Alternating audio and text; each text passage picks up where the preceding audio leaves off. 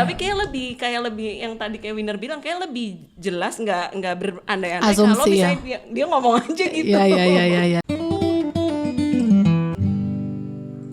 Halo teman-teman, selamat datang lagi di Jalan Bareng Podcast. Ya. Halo, ini kita ada di rumahnya Kak Winner dan Kak Resti. Iya. Dan ini edisi pertama yang beneran ketemu langsung. Ya, ketemu langsung. Ini long awaited guest loh. Long waited guys. Harus menempuh perjalanan. Harus berjalan ribuan miles menuju ke sini akhirnya setelah pandemi ini ya kan? Iya, betul. Pandemi aja diterobos ya. Iya, demi loh ini mahal ini bikin konten ini.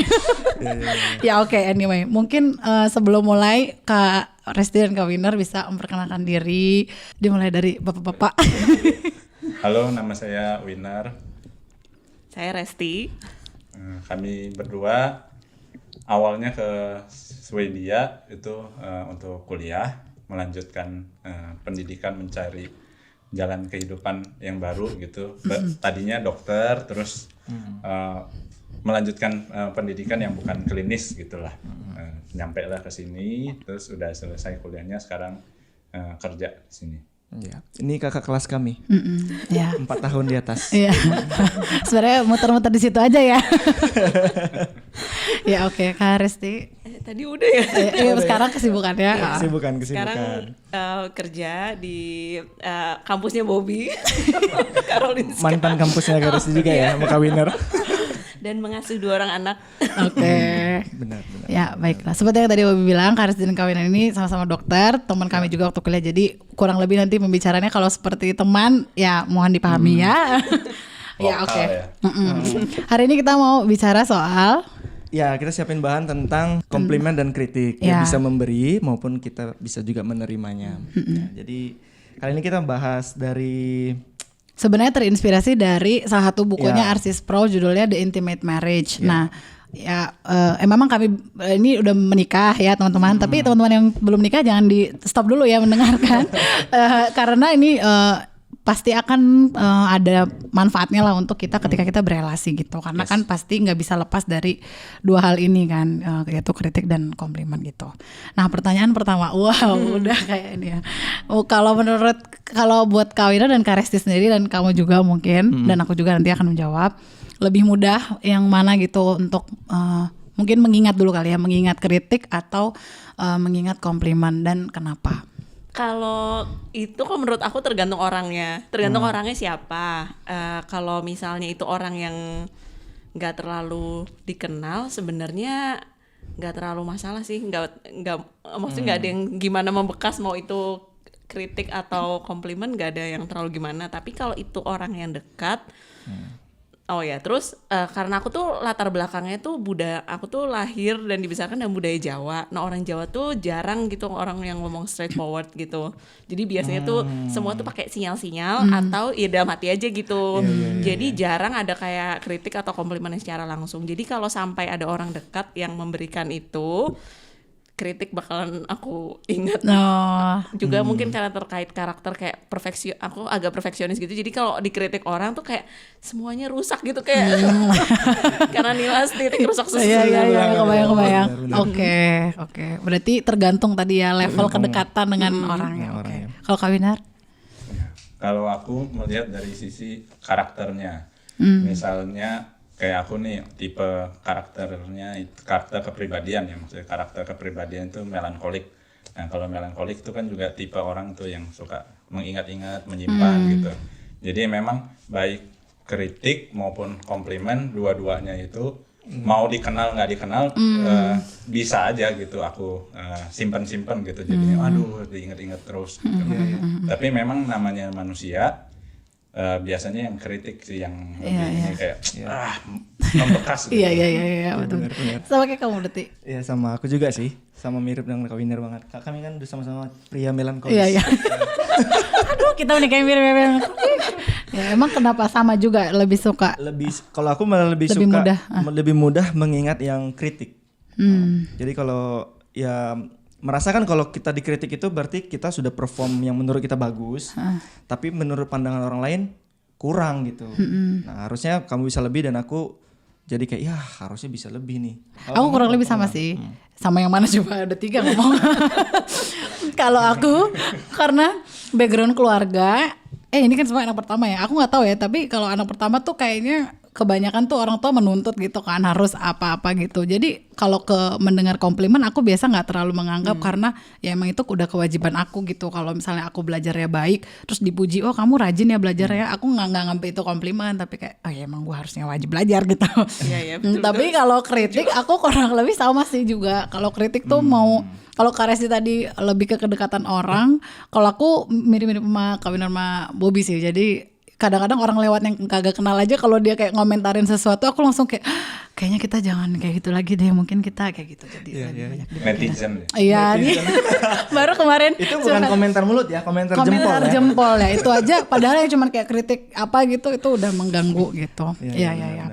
Nah, berarti kalau kritik sama komplimen tuh kan dia tuh komentar dalam words kan, dalam kalau kita tuh masing-masing menurut kita lebih long lasting tuh impactnya apa sih? Maksudnya words kah atau X? Kan kadang ada yang bilang X speak louder than word, tapi di satu sisi juga your word adalah apa gitu lah. Kalau menurut Bobby? Kalau aku words, sesuatu yang gampang banget diingat, baik itu komplimen maupun kritik. Kalau buat Kawinar?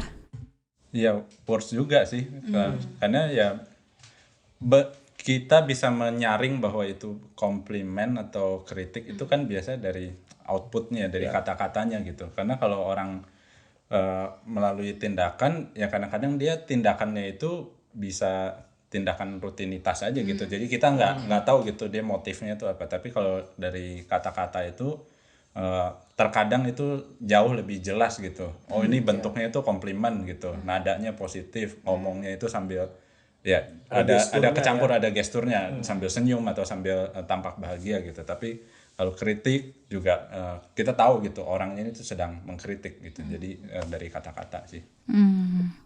Karesti? Sama aku juga words. Ada alasan yang lain yang mau dielaborate? Enggak, sama kok. Sama ya. More than words. Iya, aku juga sama sih. Kata-kata kayak lebih membekas ya daripada sekadar. Mungkin tindakan tuh sifatnya kayak apa ya? Yang mengafirmasi, membantu si words-nya tuh jadi lebih powerful gitu. Dua-duanya ya bisa powerful sih. Cuman kalau aku tendensinya lebih akan ingat words gitu dibanding act gitu. Ya nggak sih? Yes. Ya, kalau di pernikahan sendiri Kak, kita masing-masing seringnya kita sering memberi komplimen atau kritik. Nah ya kalau di Kawinar sama Karesti nikah berapa lama sih? Dari 2012. Berarti 9 tahun kan? Setahun. Hampir 9 tahun ya. 9 tahun. Kita berapa lama ya? Kita 2015 ya. Ya, hampir 6 tahun berarti. Nah, sepanjang pernikahan yang hampir 1 dekade coy, biar lebih ini ya. Hiperboleh. Kalau ini ya, kalau dulu kan kita pernah berapa kali tuh tes yang 5 love language itu kan. Oh iya.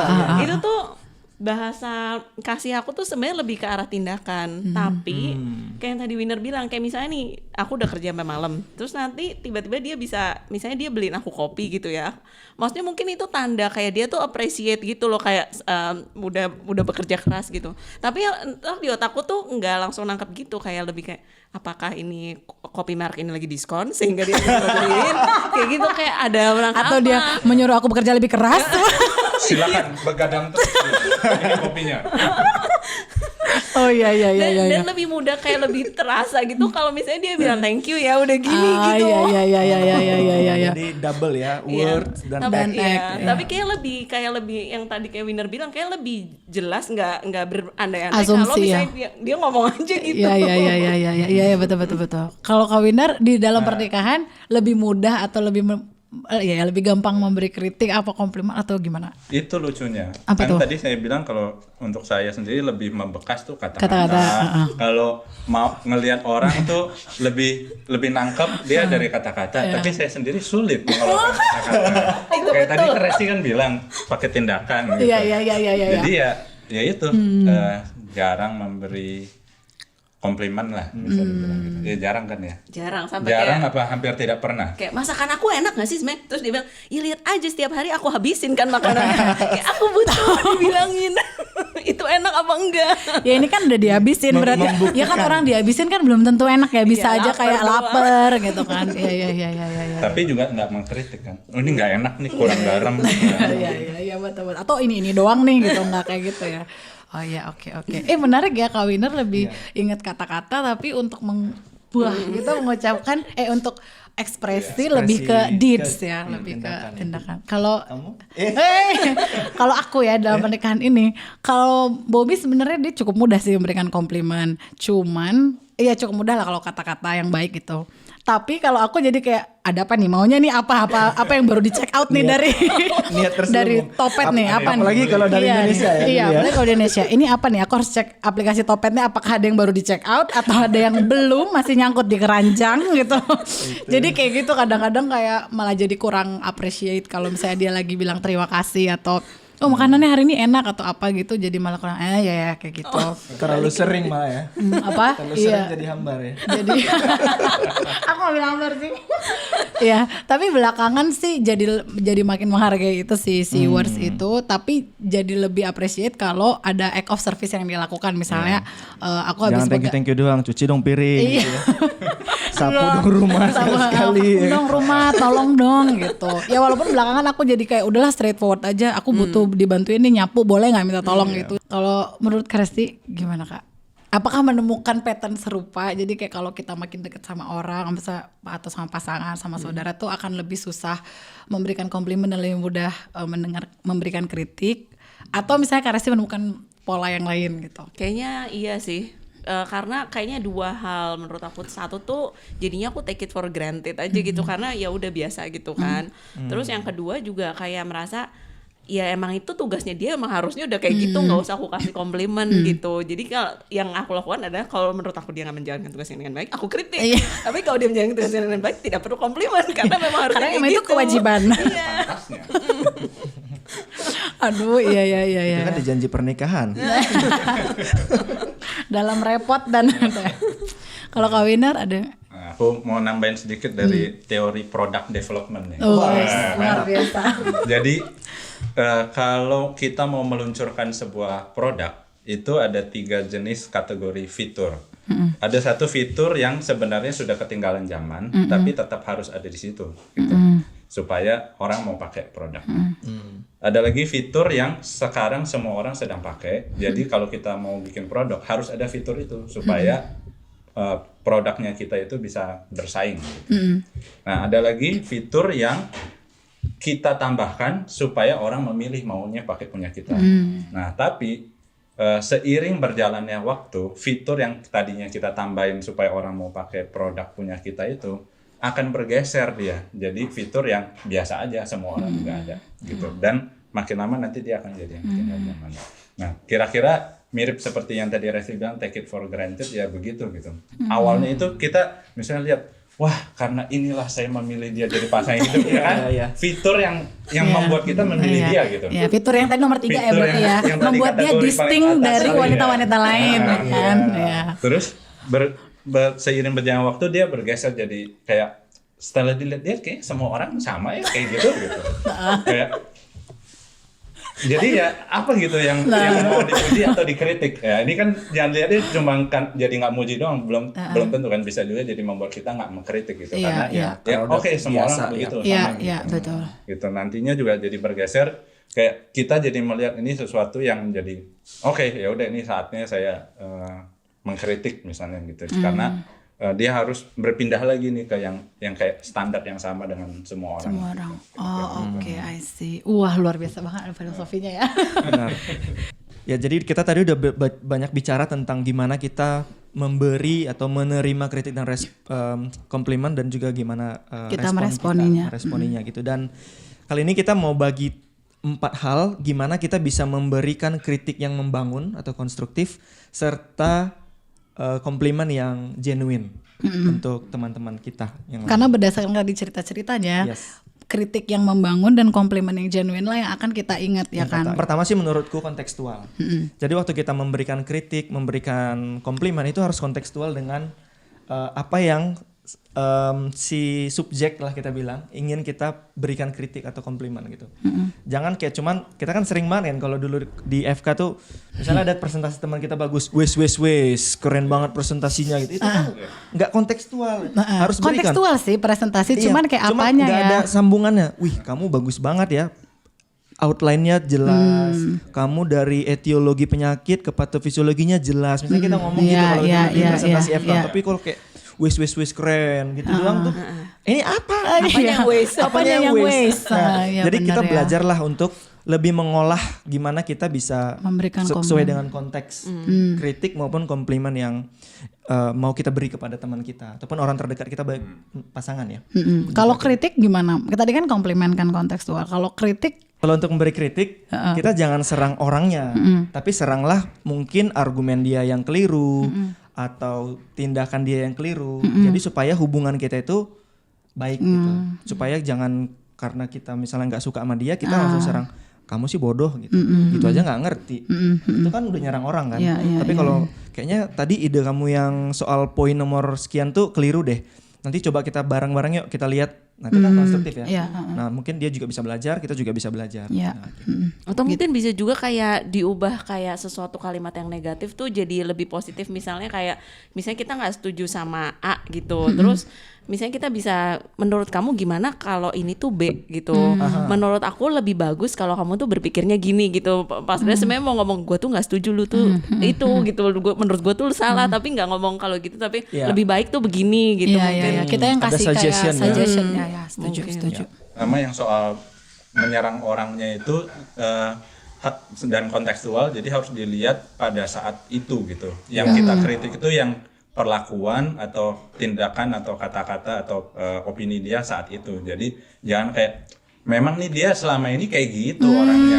Mungkin masa lalu ya. Jadi semua yang dulu-dulu tuh jadi Dibawa-bawa. keungkit-ungkit, jadi kayak ngumpul sekarang sehingga kritiknya atau ya kritiknya itu makin lama itu intensitasnya makin tinggi jadinya. Karena kita ngumpulin yang dulu-dulu dan diingat-ingat terus gitu. Apalagi kalau ada orang lain mendengar, jadi orang itu punya persepsi yang kayak gitu. Jadi untuk orang mencoreng itu ya. image of Mencoreng God image. di dalam si orang itu ya. Betul. Karena kalau misalnya kita bawa-bawa masa lalu, itu Tuhan Yesus paling bisa membawa masa lalu murid-muridnya kan. Kalau misalnya kayak si Petrus ini, emang dia mah dari dulu tipenya emosional, suka nggak cocok ini jadi bapak gereja misalnya gitu ya kan. Maksudnya emang kalau si Thomas itu emang peragu, makanya dia tuh ya kan. Jadi kayak nggak usah dibawa-bawa yang dulu-dulu, kayak kalau ketemu orang ya udah itu aja gitu kan. Nah oke, aku lanjut yang kedua. Menurut aku tuh yang penting timing. Jadi ketika tendensinya waktu kita mau memberikan kritik itu kan kalau lagi tidak objektif itu ada emosi ya di dalamnya gitu. Dan biasanya kalau lagi ada emosi, biasa kata-kata yang diucapkan most of the time itu kurang baik gitu atau kurang membangun. Jadi kalau mungkin cari waktu untuk bisa menenangkan diri. Kalau aku biasa aku tulis dulu di notes yang mau aku omongin tuh apa gitu. Biasa kalau aku baca ini, aku kalau menerima ini aku terbangun gak ya, aku ngerti gak ya maksudnya apa gitu. Nanti aku tulis kayak pernah ya, aku tulis WhatsApp panjang lebar gitu ke dia karena aku kesal, tapi aku nggak mau aku marah gitu. Jadi ya udah aku tulis aja. Nggak diklik send ya.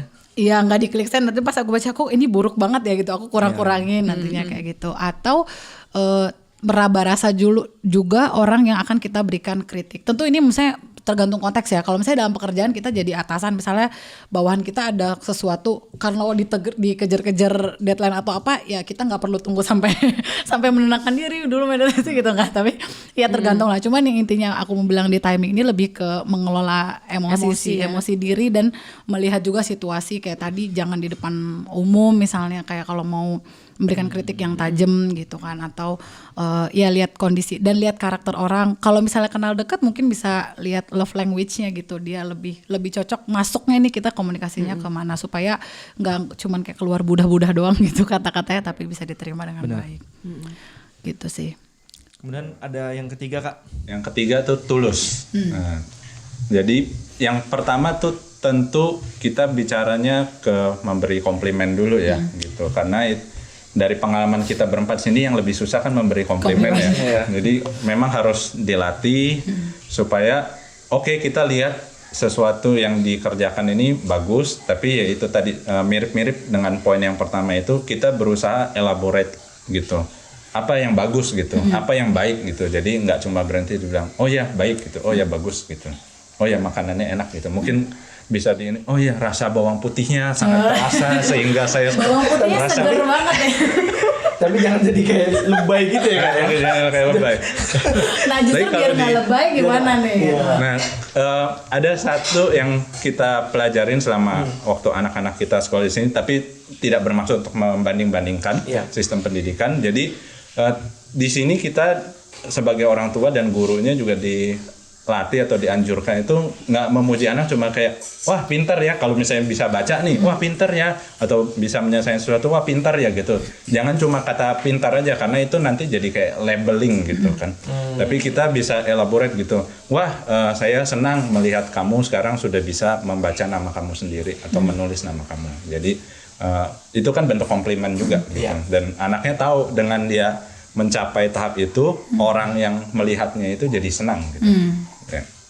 Nah itu yang tadi soal komplimen. Kalau yang soal kritik yang kami pelajarin juga waktu selama kuliah di sini itu kan kita sering saling disuruh saling peer review tugas antar teman gitu. Biasanya itu ada ketentuan tidak tertulis tapi jadi kayak tradisi, kalau kamu mau mengkritik satu poin kamu harus sandwich atas bawahnya itu dengan komplimen gitu. Jadi waktu kita terpikir untuk mengkritik atau mengeluarkan sesuatu kata-kata yang bisa berefek negatif ke orang, kita juga berusaha cari sisi positifnya apa gitu, sehingga kita jangan sampai kita tujuannya kritik yang konstruktif tapi orangnya menerima itu dia merasanya seperti destruktif. Kita nggak tahu, tiap orang kan pemilihan kata-kata dan latar belakang itu bisa mempengaruhi gitu. Jadi di sandwich dengan komplimen juga. Ada sih aku pernah tuh temanku bikin presentasi terus komentar sama teman yang lain, ini presentasinya kayak iklan permen karet katanya. Itu nggak ada komplimennya di atas bawah langsung kritik. Nah, terus dan itu juga nggak kontekstual, iya, nggak benar. tulus lagi. Kayak iklan permen karet yang mana yang kamu tonton dan apanya dalam presentasiku yang membuatmu berkata Itu di demikian. dunia akademis loh. Iya. Dan menyangkut itu Semua ya. pembuat iklan permen karet jadi sedih. Iya, Ini emang ada konteksnya apa? positif atau Iya, negatif? betul. Dan jadinya ini kan, maksudnya kalau kritik kita sampaikan tanpa ketulusan, itu jatuhnya jadi harsh nggak sih? Jadi kayak jadi ya kata-kata kasar aja gitu yang ya kita berharap bisa diterima, tapi kan ya kalau enggak ya jadi cuman menyakiti hati orang walaupun misalnya kontennya baik gitu. Dan sebaliknya juga kalau pujian tanpa ketulusan jadi kayak manipulatif kadang-kadang aku rasa. Maksudnya kalau kita cuman kayak asal bilang komplimen tapi kita ya nggak tadi kayak nggak dikurasi dengan baik gitu, apa yang mau kita kasih komplimen di anak ini gitu misalnya, ya jatuhnya kayak cuman kayak orang malas ngomong doang gitu, kayak ya asal bilang aja gitu, nggak ada gitu. Oke. Kemudian yang terakhir dari Kak Resti. Yang terakhir itu doa dan minta Tuhan supaya kita tuh punya apa ya, discernment gitu. Karena sebagai kita kan manusia berdosa ya. Sekujur tubuh ini penuh dengan dosa termasuk lidah kita gitu. Betul. Lidah yang bisa dipakai untuk memuji Allah, lidah itu juga bisa jadi batu sandungan buat orang lain gitu. Jadi sebagai orang percaya ya sebelum memberikan kritik, sebelum memberikan komplimen ya tetap harus berdoa sama Tuhan supaya apa yang keluar dari mulut kita ini pada akhirnya ya memuliakan nama Tuhan dan menolong orang lain buat bertumbuh gitu. Aduh, indah banget. Gitu Iya, sih. Aku setuju sih. Ujung-ujungnya kan sebenarnya kenapa kita memberikan kritik dan komplimen sebagai orang percaya, kita meyakini kita harus saling, manusia menajamkan manusia kan sesamanya gitu.